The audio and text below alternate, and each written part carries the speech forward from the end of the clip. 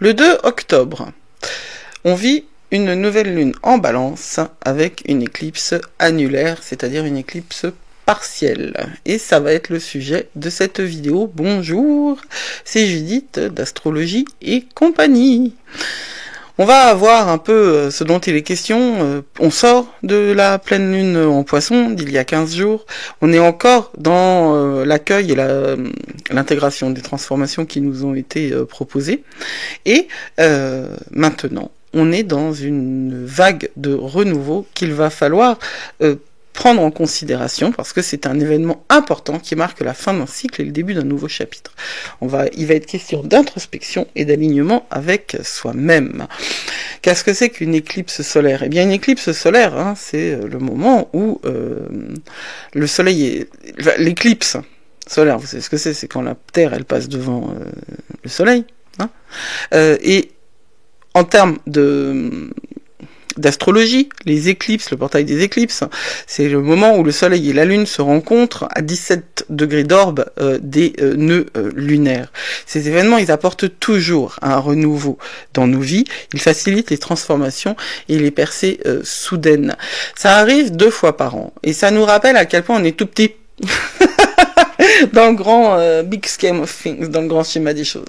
Et à quel point l'intelligence astrologique, elle fonctionne divinement, ou l'intelligence divine, elle fonctionne astrologiquement.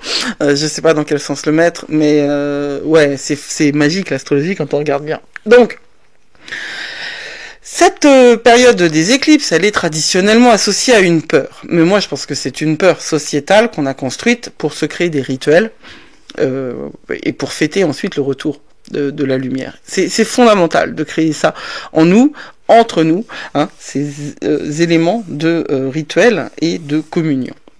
C'est vraiment important. La société sans ça n'en a pas. Regardez, d'ailleurs maintenant, notre société, il n'y a plus de temps de réunion religieux, il n'y a plus autant de temps de réunion familiale, c'est le sport qui va faire se réunir les gens et d'un seul coup tout va s'effacer parce qu'on va être tendu vers la victoire de telle patrie, de telle nation ou de telle équipe. On va repartir. C'est un autre sujet ça, mais c'est très important pour comprendre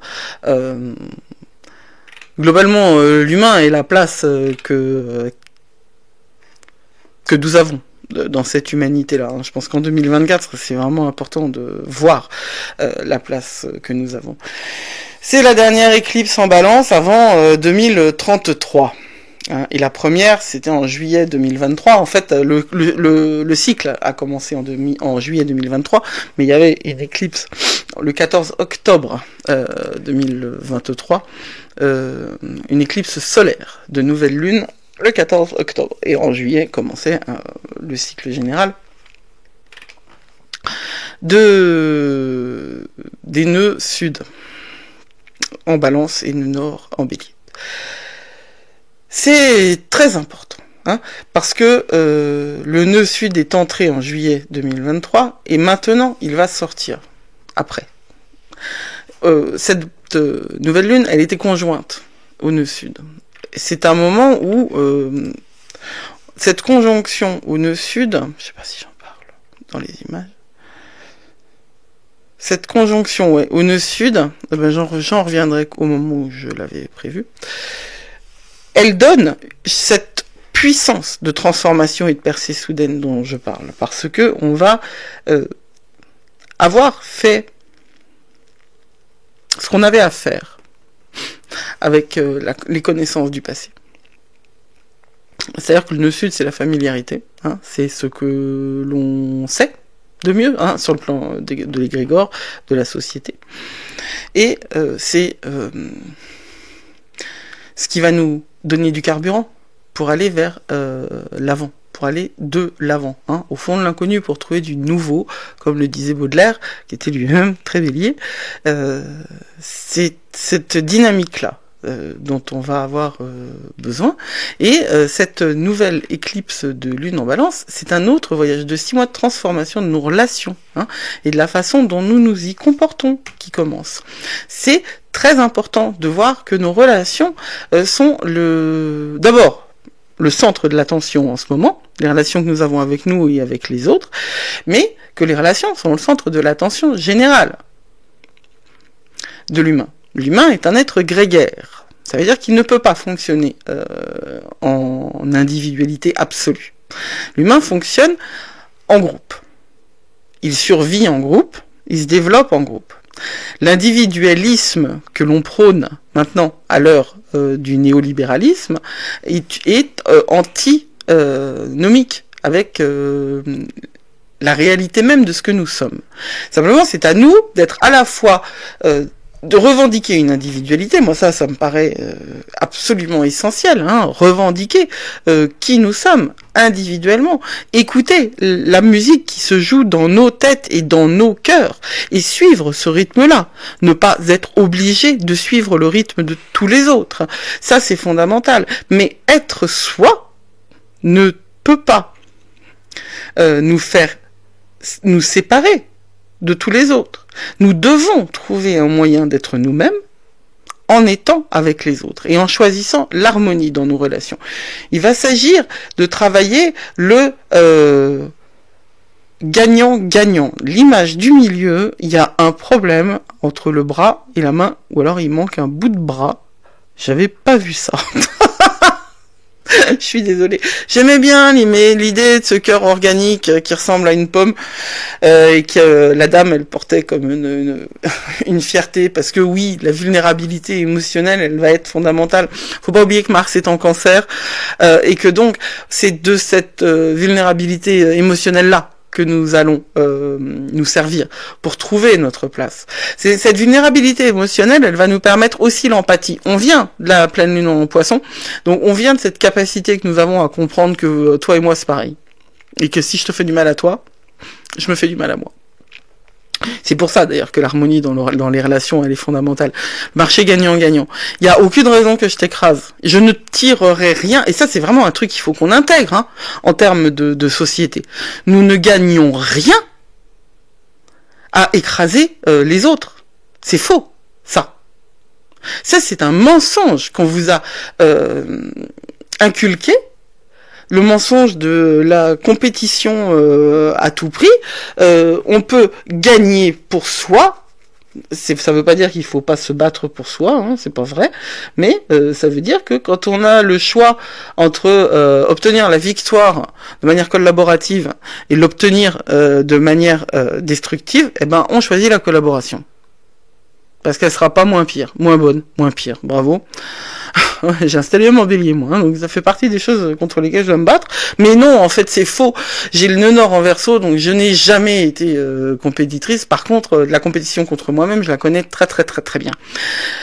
Le fait est que, quand on extériorise, quand on externalise, en fait, l'ennemi, on se crée soi-même une dissension complète à l'intérieur, et on est au plus loin de soi-même. Et le monde néolibéral qui nous a été offert après la Deuxième Guerre mondiale et qui a été construit petit à petit et qui arrive là maintenant à son expression la plus caricaturale, ce monde-là ne veut pas ni de vulnérabilité, ni de collaboration, ni d'intuition, d'ailleurs. On préfère parler de l'instinct plutôt que de l'intuition. Ça me fait trop marrer, quoi. Les gros machos de flics qui parlent de l'instinct du flic, mais qui vont cracher sur l'intuition féminine. Somme toute, c'est pas... je suis en train de travailler, moi, sur l'intuition, parce que je suis en train de préparer un programme, parce que il y a beaucoup de choses qui me gavent dans les programmes, les livres, tout ce que je vois sur les réseaux à propos de l'intuition. Je trouve que c'est... complètement gnangnan et que c'est surtout une manière de vous pousser à vous laisser faire par vous-même. Je pense que l'intuition, c'est vraiment quelque chose qui doit se détacher totalement du mental et qu'on peut écouter son intuition quand on a réussi à faire taire son mental. Je parle même pas de l'ego, hein. Le mental. L'ego, il est en jeu maintenant parce que l'ego, c'est le soleil et que quand le soleil est en partie caché, en partie éteint, eh bien, c'est au moment de la nouvelle lune, il y a quelque chose de l'ordre du choix intérieur entre l'ego et l'intuition. La lune, elle est liée à l'intuition, elle est liée au corps. Je vais vous dire un truc, c'est que le corps ne ment pas. Le corps ne ment jamais, jamais. Mais pour pouvoir écouter son corps, il faut avoir été préparé à ça. Parce que on ne peut pas écouter son corps si il est entièrement asservi à de la nourriture industrielle, pourquoi ça marche plus ? À de la nourriture industrielle et à l'absence de mouvement.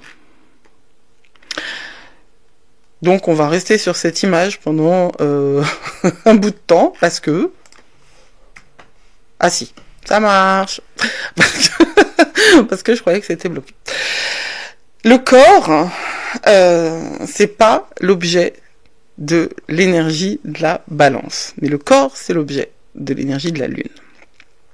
Quand on est dans cette éclipse annulaire solaire de la nouvelle lune en balance, on va réaliser, c'est même pas un choix, c'est que ça va vous être proposé, l'importance fondamentale des communications et de la manière dont ces communications agissent dans votre vie. C'est crucial de partager votre vérité, même si ça la déçoit les autres. Alors, j'ai mis ça en 3 points, et ces 3 points qui me paraissent complètement fondamentaux. S'il y a quelque chose à retenir là, c'est ça. C'est l'importance de la communication avec les autres. Partagez votre vérité, même si cela déçoit les autres. C'est quelque chose où si ça leur convient pas, ou si vous percevez de la déception, parce que globalement, la réaction des autres, c'est quelque chose qu'on perçoit nous et qu'on lit nous à l'aune de notre vérité. On peut se planter souvent. Et c'est la communication qu'on a avec nous-mêmes. Vous devez de connaître votre vérité. Et si vous n'êtes pas en capacité de l'exprimer auprès des autres, parce que vous n'êtes pas à cette saison-là de votre vie, eh bien, il n'y a pas à s'en vouloir. Vous devez avoir de la bienveillance à votre égard, mais exprimez votre vérité envers vous. Ne soyez plus dans la passivité intérieure. Ce moment, il est pivot dans votre vie. Donc, si vous ne pouvez pas agir, vous pouvez agir quand même. Si vous ne pouvez pas agir à l'extérieur, vous pouvez agir à l'intérieur. Vous avez un journal, vous avez la possibilité d'écrire les choses qui vous arrivent, les consciences qui vous arrivent. C'est comme dans la lettre volée d'Edgar Allan Poe, où la lettre, on ne la voit pas parce qu'elle est au milieu d'autres lettres, mais si vous l'avez trouvée, votre lettre à vous, vous pouvez la brandir et l'exprimer si vous vous en sentez le besoin, mais si vous n'êtes pas en sécurité, eh bien cette lettre, vous pouvez la lire en vous. Il y a un espace chez vous, j'espère, où vous êtes en sécurité, et à l'intérieur de vous, vous avez un sanctuaire, vous avez votre espace personnel, dans lequel vous avez le droit de votre vérité, mais exprimez-la, écrivez-la. Il est très important de partager sa vérité. Partager, ça veut dire quoi ? Ça veut dire la communiquer aux autres, bien sûr, mais ça veut dire aussi l'écrire. Parce que quand vous l'écrivez, vous la partagez avec celle que vous, ou celui que vous serez dans les semaines et les mois à venir. Autre chose, l'autonomie. Alors ça, j'insiste énormément. Il est fondamental de renoncer à sauver les autres. Il faut les laisser s'autonomiser. Vous ne pouvez pas sauver quelqu'un. Il faut lâcher le désir de sauver. Même si vous voyez que ça ne fonctionne pas, même si vous voyez qu'il y a des schémas qui se répètent, il y a un moment où il faut même arrêter de les pointer du doigt. La charge mentale, c'est ça. Lâchez l'affaire. La personne se prendra en charge ou ne se prendra pas en charge. Si elle ne se prend pas en charge et que ça vous pèse, c'est à vous de revoir votre position. Mais vous ne pouvez pas attendre des autres qu'ils changent. Et l'équilibre, c'est fondamental. Vos connexions essentielles, celles que vous avez avec les gens qui sont le plus proches de vous, mais celles que vous avez aussi avec les gens avec lesquels vous vivez, vous travaillez au quotidien. La balance, c'est le premier signe social du zodiaque. Avant, on avait le Gémeaux qui était le signe de la fratrie et du petit voisinage, mais c'est un signe qui parle d'échanges non contractuels. La balance, elle fait rentrer la dimension justice, donc elle fait rentrer la dimension contrat, donc la dimension sociale. On est dans une connexion à l'ensemble du groupe humain, avec l'énergie de la balance. C'est le mariage, c'est votre mariage. C'est tout ce qui est de l'ordre du contrat. Les connexions fondamentales, les contrats fondamentaux de votre vie, qu'ils soient implicites ou explicites, eh bien, ils vont être regardés, ils vont être observés, ils vont être activés. Et donc, il va falloir les prendre en charge. On est dans cette transition de la pleine lune en poisson à la nouvelle lune en balance, et c'est un moment où les profondeurs émotionnelles que nous avons vécues vont tendre vers une clarté mentale, d'autant que il y a eu, parce que les choses sont bien faites, un Casimi avec Mercure ce week-end. Avant, il y a eu 2-3 jours de confusion totale où on était sous les rayons, Mercure était sous les rayons, donc vous avez peut-être vécu un moment de vrai gros brouillard, de vraies difficultés, mais le Casimi vous a apporté de la clarté mentale. Bon, la lune en balance, c'est quand même un moment où on a du mal à se concentrer. Justement parce qu'on est dans cette dimension globale que j'expliquais des relations, donc on a du mal à se concentrer, on a du mal à former des pensées complètes et à travailler. Il peut y avoir une espèce de brain fog, de brouillard mental. Mais c'est un moment idéal pour se reconnecter, créer des réseaux et discuter, et puis pour monter sur une radio. Cette image, je la comprends pas, je l'ai pas changée parce que je l'aime bien. Je sais pas pourquoi. En tout cas, c'est un moment d'équilibre et de simplicité dans vos actions. Vraiment, simplicité, il va falloir simplifier, minimaliser, regarder ce que vous avez en charge et ne plus prendre en charge ce qui n'est pas de votre ressort. C'est le nœud sud qui est en balance. Donc c'est le karma passé. Il faut se dégager des obligations qu'on se met à rendre le monde harmonieux à toute force et à nos dépens. Ça, c'est la purge. C'est de ça dont il faut se purger. Il faut réussir à rentrer dans la nécessité de se lâcher, de lâcher des attentes sur les autres. Il y a une dimension de guérison émotionnelle qui est extraordinairement importante parce qu'il y a un trigone, un grand trigone en air, et que on est dans un pouvoir de transformation intellectuelle aussi parce que vous avez vécu la combustion de Mercure avant le Casimi. Tout ça, c'était il y a quelques jours, mais ça reste très important. On lâche le passé et on pense que cette éclipse est le début d'un nouveau cycle dans lequel vous allez transformer vos relations aux autres. Il y a des schémas à abandonner, vous le savez, vous les avez vus, vous les avez rencontrés. Vous êtes parfaitement conscient de ce qui se passe en vous et de ce qui se passe autour de vous. C'est très importante que vous aligniez, que vous balanciez aussi, que vous équilibriez aussi, vos mondes intérieurs et vos mondes extérieurs. C'est le moment où vous êtes à l'intérieur de votre destinée. Vous vous prenez en main. Il s'agit, vous arrêtez de prendre en charge les autres au détriment de vous-même, et vous prenez en charge vous-même. Ce que vous plantez maintenant, ça va fleurir dans les mois, même les années à venir.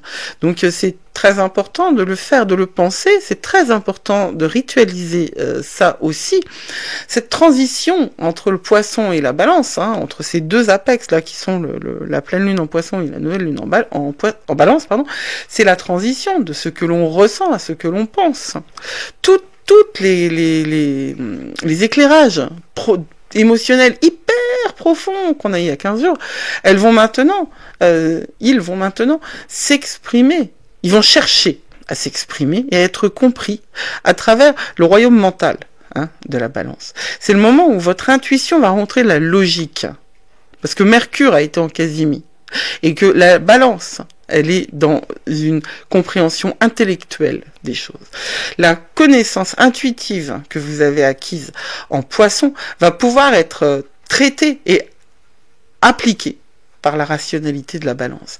Et puis, c'est vraiment ce travail sur le maintenir son individualité à l'intérieur d'une collectivité, d'un groupe, d'un groupe grégaire.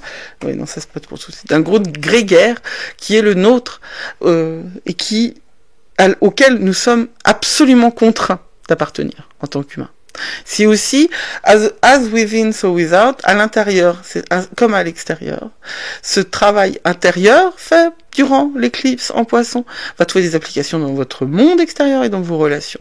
Et c'est, pour finir, le passage du Poisson en Balance, de l'absence de forme, parce que le Poisson, il y a quelque chose d'indéfini, à la structure, au contraire, de la Balance, puisque la Balance, c'est la rationalité et c'est le contrat. Donc c'est de l'équilibre et de la structure. Ça, avec en plus l'importance de Lilith, qui est très très très très active durant cette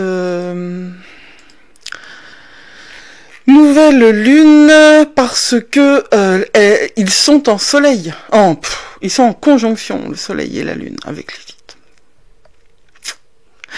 Et ça, alors, c'est quoi Lilith, c'est un point énergétique, c'est le point de l'orbite de la Lune le plus éloigné de la Terre, il est connu sous le nom d'apogée lunaire également, c'est donc associé au féminin sombre et aux facettes du féminin qui ont été diabolisées, ostracisées, condamnées. C'est la sorcière, Lilith. C'est la sorcière. Quand on parle des blessures de sorcière, c'est aussi de ça dont on parle. C'est notre véritable expression. Alors évidemment, c'est une expression de la sexualité féminine, parce que ça a toujours fait peur aux hommes. Regardez ce qui se passe en ce moment. Je veux dire, c'est clair, quand même, que la sexualité féminine, elle doit être endormie, utilisée, diabolisée et objectivée. Ça peut pas être un sujet. Clairement, ça peut pas être un sujet. Par contre, c'est aussi, si on sort de cette dimension-là, parce que y a autre chose à faire, une connexion à l'instinct et la physicalité. Physicalité, j'ai encore réussi. À la dimension physique. L'instinct, c'est ce que notre corps, le corps ne ment pas. Voilà. Et l'instinct, il doit être travaillé. L'intuition aussi. Je suis en train de travailler sur cette dimension de l'intuition. Moi, je veux proposer une manière de se connecter à l'intuition qui soit pas gnangnan et qui soit pas juste vas-y, fais ce que tu veux. Parce que c'est pas ça l'intuition. L'intuition, c'est pas de la mentalisation du tout. La balance, c'est de la mentalisation. Lilith, c'est le corps. Le corps de la femme sauvage que l'on doit intégrer, qui est en nous. Et qui doit faire partie de nous, mais qui ne peut pas être nous totalement, ni complètement, parce que ce ne serait qu'une version partielle de ce que nous sommes, et que nous sommes bien plus que ça. Nous devons prendre langue, par contre, avec le chaos, avec le féminin sombre, avec le sombre en général, avec les ombres. C'est cette période qui s'annonce aussi, c'est extraordinairement puissant. Cette proximité entre la lune noire et l'éclipse souligne l'absolue nécessité d'intégrer l'énergie de Lilith dans la conscience, et dans notre conscience, à nous, en tant que femmes, mais pas que, dans la conscience de l'égrégore social. Cette femme sauvage, qui peut faire peur, elle doit être intégrée. Moins elle est intégrée, et plus elle sera dangereuse. Pour nous aussi, pour nous en tant qu'individus, et pour le groupe. C'est très important que nous prenions conscience de ce que nous avons repoussé en nous et de nous. C'est très important que nous l'intégrions. Les aspects qui vont nous aider à ça, c'est que Mercure est en balance. Alors, ils sont super nombreux en balance, là, mais il y a Mercure aussi, et que la balance est dirigée par le Scorpion. Donc ça va changer notre manière de communiquer, ça va lui impulser la profondeur et la nécessité d'être dans l'intensité et la dimension tabou, Vraiment, Mercure, tout ça, la balance dirigée par Vénus en Scorpion et la conjonction avec Lilith, ça nous amène cette puissance importante des ombres. C'est vraiment une saison où il faut travailler ses ombres. Puis Mars est en Cancer. C'est le guerrier émotionnel, c'est la tension aussi entre le passé familier, je l'ai dit, et le désir de nouveaux modèles et le besoin de nouveaux modèles. Et ça va nous diriger où? Vers la maturité émotionnelle. C'est fondamental de guérir les blessures de l'enfance. C'est maintenant. 2025, il y a énormément de changements et il y a des grosses rétrogradations qu'on va prendre relativement mal si on fait pas le job. Donc c'est maintenant que vous pouvez trouver du temps pour faire un travail intérieur qui va vous permettre de progresser vers la maturité émotionnelle, pour créer de nouvelles relations saines, que ce soit avec vous ou avec les autres. N'oubliez pas que la manière dont vos relations sont construites, c'est sur le modèle, sur le pattern, le modèle, le template de ce que vous avez vécu enfant, d'où la nécessité de guérir les blessures de l'enfance. Ça en fait encore un super programme. Moi je dis, mais c'est passionnant, c'est absolument passionnant ce qui se passe en ce moment dans le ciel, et je suis scotché moi par la véracité en fait de tout ça, tant sur le plan sociétal, donc de l'égrégore général du monde dans lequel on vit, que sur le plan individuel. Prenez soin de vous, vous êtes plus fort que vous croyez. Blessed be.